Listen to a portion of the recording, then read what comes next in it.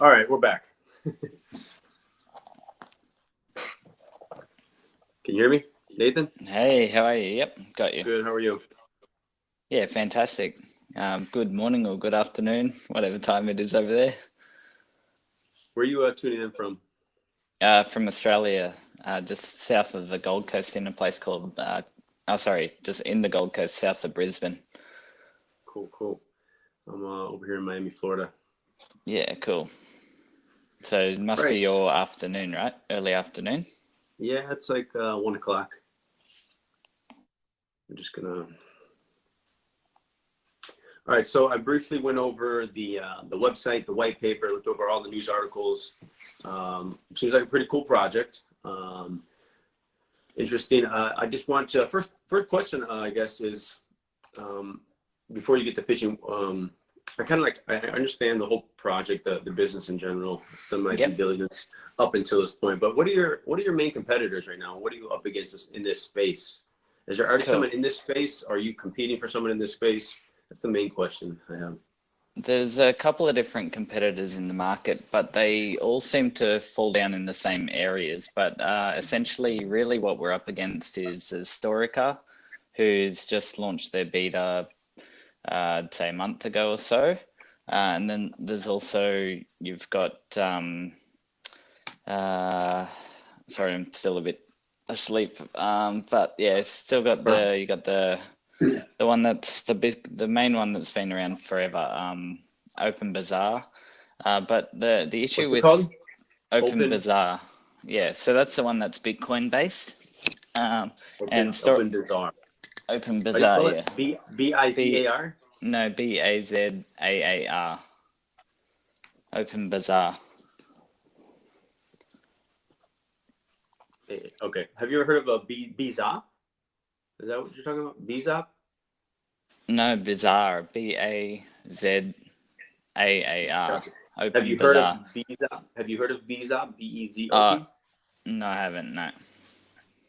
No, it's one So of the there's people a I talk few about. that are popping up at the moment, but this is part of the reason why we started the project. All in all, was we looked at the market, like we started looking around for places we could start spending our gains from trading, and we realized the like all the platforms that are out there either force a token on you, so you can't actually use what crypto you might have.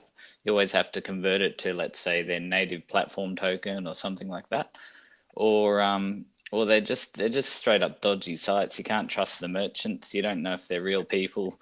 And with crypto being a one-way street in the sense, if you send it, there's no recall, right? It's not like a Okay. credit card. You can Yeah. cancel the transaction.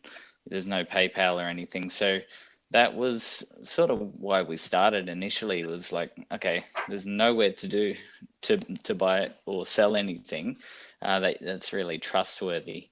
And then with the tech team we've got, like one of our business partners, he has a software development company, so he's got around about 100 full-time staff working for him. And we just turned around and said, look, this is crazy. Why don't we just build our own? Can't be that hard. Little did we know it's Sorry to interrupt you. I guess for all the new and then the live viewers, I guess give a little brief of story and pitch. But that's what we're here for, the pitch. So everybody yeah, new absolutely. watching and all the live viewers, take it away. Start Good from the idea. bottom. So uh, I'm Nathan anyway. I'm one of the co-founders of Free Market Token, also a crypto store. And what happened is the story behind it is myself and a couple of my business partners got involved in crypto trading, started to make profits. We were looking for a place where we could actually use it in the real world because digital money being online, it makes sense. Should be able to spend it somewhere. The reality is back then, that was about a year and a half ago when we really started looking for somewhere to spend it, is we couldn't find anywhere that was trustworthy. We couldn't find any place to actually use it. And so we put our heads together. We came up with the idea of let's fill that space in the market. We build a platform, but make it simple to use, make it cost effective, make it safe for people so you got trust. Because obviously it's all good with smart contracts and things, but there's still a lot that happens in e-commerce particularly in e-commerce with crypto, that doesn't necessarily happen with fiat currencies. And then we looked at what are all the things we want to see and what are the things we don't. We literally wrote it on a piece of paper, ripped it in half, and took the parts that attract us most to the space and the things that we'd look for in a platform if we were going there, and we built it around that. So we're pretty lucky, mainly because we all realize our strengths as three of us co-founders. We all have different strengths. We work really well together, and then we've got the tech team to support our vision. So that's how it started. And then basically we realized also building the e-commerce platform itself that some of the solutions can't be solved without tokenizing the economy. So that's where FMT came into play. So again, we looked at, well, how can we make the token side of it very valuable to a user, give them a lot of upside benefit as a utility, and then adapting it into multiple platforms as well. So where we are now, we launched with the crypto store, our version 2, which is going to be token integrated, a couple of weeks away. Currently, we have a beta version that works. We're making sales through there. Hundreds of thousands of dollars of transactions have happened in the last short while, even in the last week. And so we also just did a deal with an augmented reality game that's being developed right now, that's getting introduced through universities to have the token as the native currency inside the game. And it's the same token that then can be used in the e-commerce platform. So people can create, they can win tokens and things like that. They compete for tokens. And if you think of the augmented reality game side of it, which is essentially like Clash of Clans meets Pokemon Go, yeah, right? I read that. So quite a good concept of a game. And then there's a lot of in-game purchase things, upgrades, so forth. But what we realized with friends playing Pokemon Go for ages, that people are happy to play the games and so on, but at some point there's no real point. You already got the characters, you already got the upgrades, now what? But if you're actually generating something that you can use outside of the game as well, it just makes sense. So it becomes a bit more of an ecosystem. And so we've already got other platforms that we're in talks with that will also look to take the token on board for loyalty programs, things like that, and the whole ecosystem. So let me ask you, let's just kind of comparing this to eBay. What is the incentive for the user to use the platform besides just being able to pay with crypto? What is incentivized for the sellers and the users? So what makes the token valuable? What makes the token valuable? So the token, it reduces it offsets subscription fees. So if let's say you're a seller on eBay, obviously you have a monthly subscription fee, and you generally have quite high transaction costs, up to 10.8% at the moment. Yeah. If you're a token holder, just by holding tokens themselves, it offsets the subscription altogether, so you're not having any monthly fee. Then the actual transaction fees are reduced as much as 50%. So you can be trading and selling goods for as low as 1%. Okay, so it's cost effective. And that's even if someone's not selling for crypto, they get the upside benefit of it. Okay, so we're taking fiat currency on the e-commerce platform. But also there's a lot of incentive from the merchant side of things to do, it's almost like a basic attention token type setup where you can pay. Essentially, you get paid if you're just on on a platform and you click on an ad, or you're engaging with advertising, you're getting paid tokens. So the merchants can drive traffic not only in the online world but also in the virtual world through the game. So for example, you might have a shop, you're advertising your goods on a crypto store. You also can be on the mapping system in the game, put up a bounty of tokens where people can come to your venue, earn the tokens. And it's really about creating that that movement, but the token benefits is use cases. So like heaps of different things someone can get of holding tokens, using tokens for just platform benefits in general, and being able to spend it. Gotcha. Okay, so as a seller, a merchant, it's nice to be able to accept crypto because you don't have to worry about chargebacks. But as a buyer, how does the buyer feel more comfortable buying from somebody on your platform?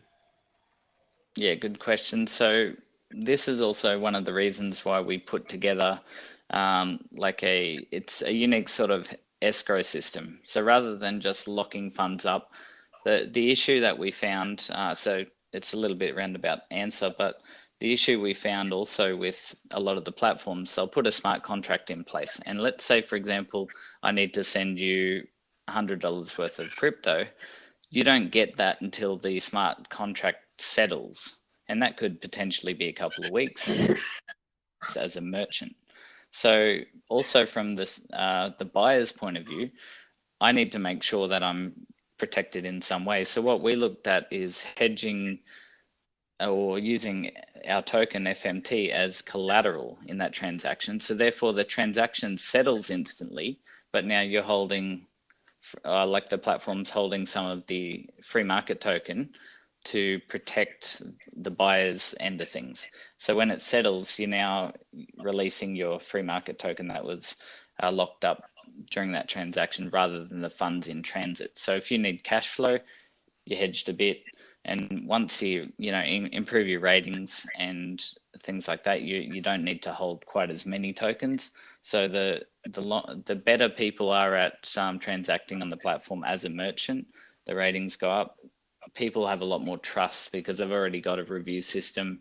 They got like feedback from others. The platform verifies them, and we do quite extensive ID verification as well. So a combination of all that gives people a lot of confidence that who I'm dealing with, okay, they're ID verified, they've got some tokens at stake themselves, right? So it's like almost like a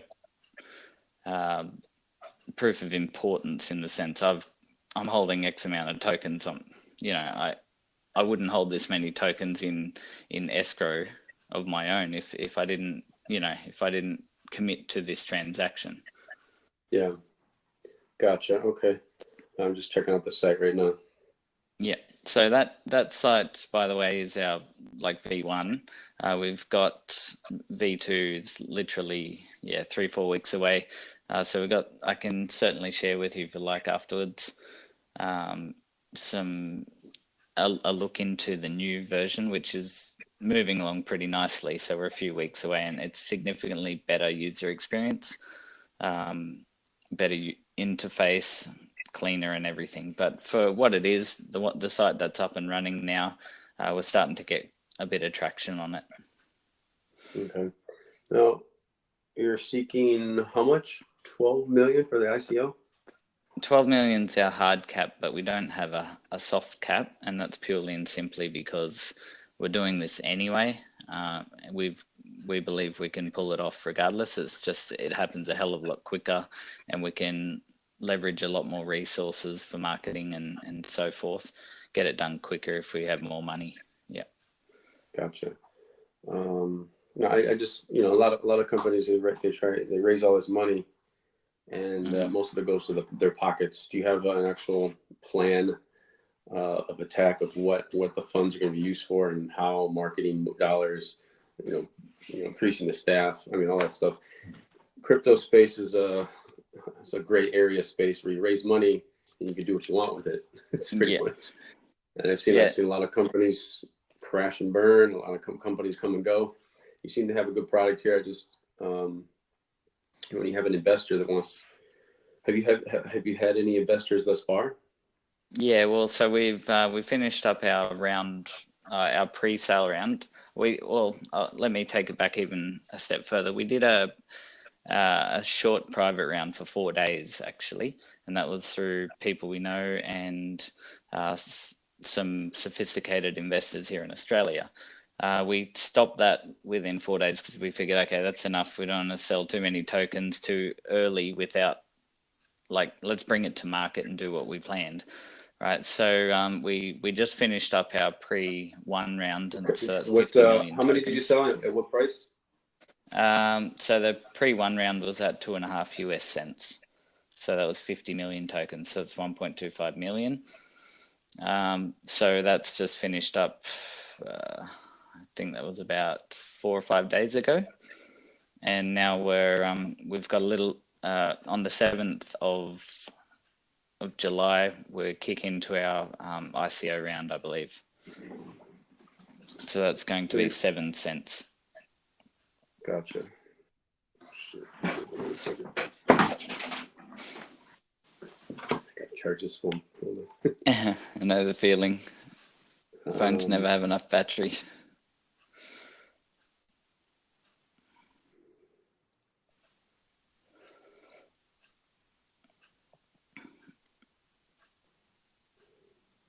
Okay, so you said 2.5 cents was the first round, 50 million tokens? Yep. Gotcha. So 1.25 million for that round. Yep. And then the next round is what? The next round is 100 million at 3.75 cents. So right now our main focus is we put a large amount of attention now towards the pool group. So we're getting a bit of interest coming from that. That's just happened in the last few days, particularly. We did that because there's quite a bit of regulatory change here in Australia. So we're mindful of compliance side of things. We've obviously got a strong legal input and so forth, and we're doing all the right things to comply. And we're here for the long haul. We're here to stay. We've got enough at stake anyway as it is. We put a lot of our own money in to get things this far. We're pretty heavily invested ourselves. And we're also, just so you know, we're also very involved in the blockchain space as well. So we've lodged the first advanced diploma of applied blockchain in Australia. So that's we're just waiting for the approval on that too. So what we tend to do is just put teams in place that are really good at their jobs and things, let them go to work, don't get in the way, and just look to create the relationships with third parties and connections that we can make into the market and build a stronger unit as a whole. Just keep everyone happy rather than trying to do everything ourselves. Just teamwork makes the dream work. Yep. It takes a village to raise a baby. Yep. Yeah, I know. I've got a couple of kids. Yeah, me too. Also, do you know about my background? Yeah, I've definitely heard a bit about you and looked into it a bit. Absolutely. But yeah, feel free. It would probably be valuable for anyone watching too to understand a bit more of who you are. Yeah, I mean, I guess if you don't know who I am, my name is Jason Stone. Most widely known as the Millionaire Mentor on Instagram for creating that viral entrepreneur-related account. I'm a serial entrepreneur. I invest in startups. I have a dozen businesses under my belt, and getting to the crypto space is pretty cool. I've been in this about a year. Helped a lot of companies market. That's what I'm good at is marketing, viral marketing, social media marketing, and maybe that's where I can help you guys out. Yep. Yeah, well, we're totally open. We've got people helping us with marketing as well on this side of things, but predominantly up to date, we've been very Australian focused. We've got heavy ties into Southeast Asia, particularly like Philippines and Singapore, which is our next major move as well. One of our main guys actually, he was the ex-CEO of Sanyo Philippines for 10 years. So he's building up a little army over in the Philippines now, and in talks with some very serious merchants and vendors over there for listings. So yeah, we expect to. How about the US market? Yeah, we've also got David Dabchek. He's one of our advisors as well. He's out in New York, and he also said he can do some damage as once we get a bit more traction, because some of his clients are, you know, Fortune 500 companies and so forth. So he just said, look, when the time's right, we can kick the doors down, but you just got to make sure you get a bit done to start with. So he's steering us in the right direction from time to time. But yeah, we're totally open to the US market's massive. We've got a couple of other inroads we're working on for major merchants over there as well. So yeah. What charities you're working with? We're open to suggestion essentially from the community, because 15% of all the revenue will come through. But what we want to do is just get the community to have input, and then we just go towards like what the most people are happy with. We don't expect to just lock down purely with one. However, we have had a couple of suggestions from people saying, why don't you tie in with a couple of the bigger names? It'll probably be good from a marketing message, but we're also mindful that a lot of charities the dollars don't actually get to the people that need them. So we want to make sure that wherever the money's going, it's actually getting there.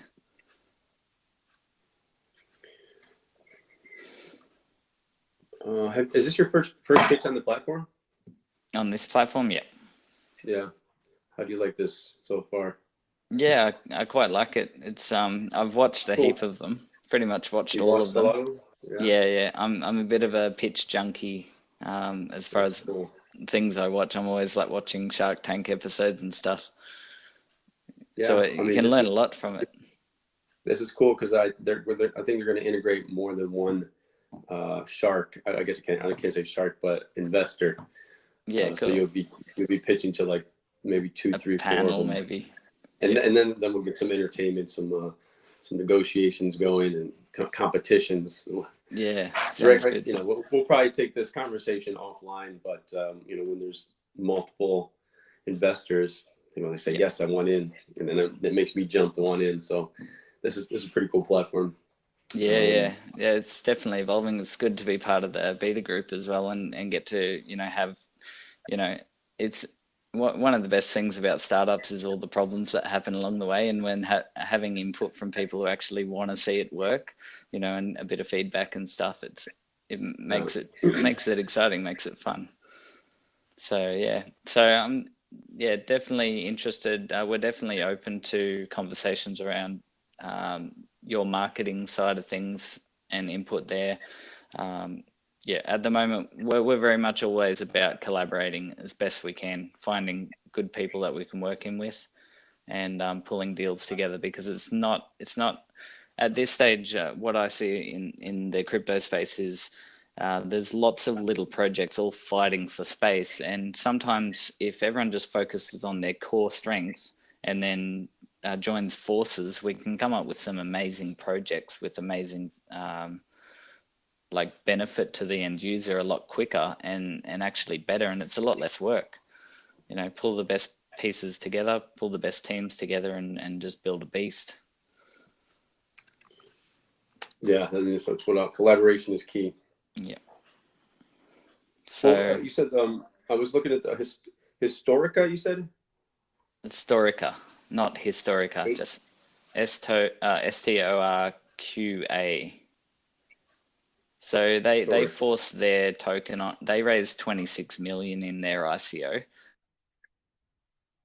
So they took quite a while to get their beta up. Their beta looks good, but again, they forced the token on you. So you essentially what they're asking you to do is trade your crypto for their crypto to go shopping on their site. And it's pretty confusing when you don't know actually what's the dollar value of what I'm spending. It's all of a sudden now just a whole bunch of their crypto. It's like, well, hang on. Okay, so how much am I spending? Yours different than when you just pointed that out? Okay, so we pin the price point to what people are familiar with, which is the fiat dollar, the Australian dollar, or the dollar. Okay, oh, we lost you.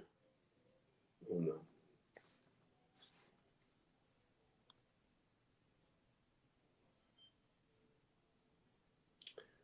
While we wait, I think I'm still live, so I'm just going over Historica's marketplace. So Yeah, he just said it right in the beginning. When you want to trade one crypto for another, you have no idea what the value of that other crypto is. So that's definitely, I would never want to do that.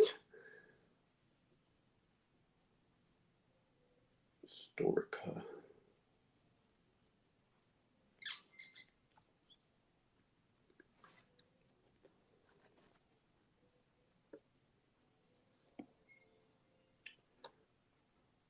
We'll wait another few minutes, see if it comes back.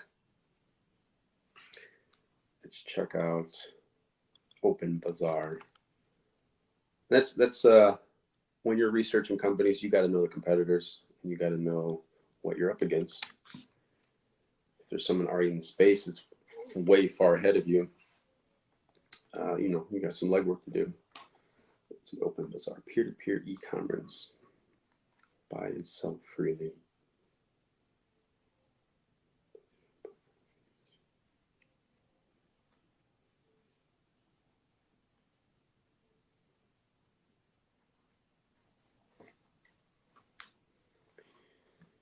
Bazaar is a different way to do online commerce. A peer-to-peer application does not require a middleman. That's what crypto is all about, taking out the middleman.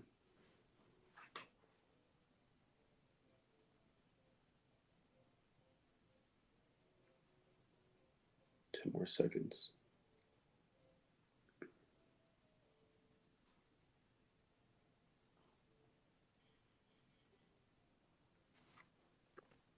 Oh, I guess we lost them.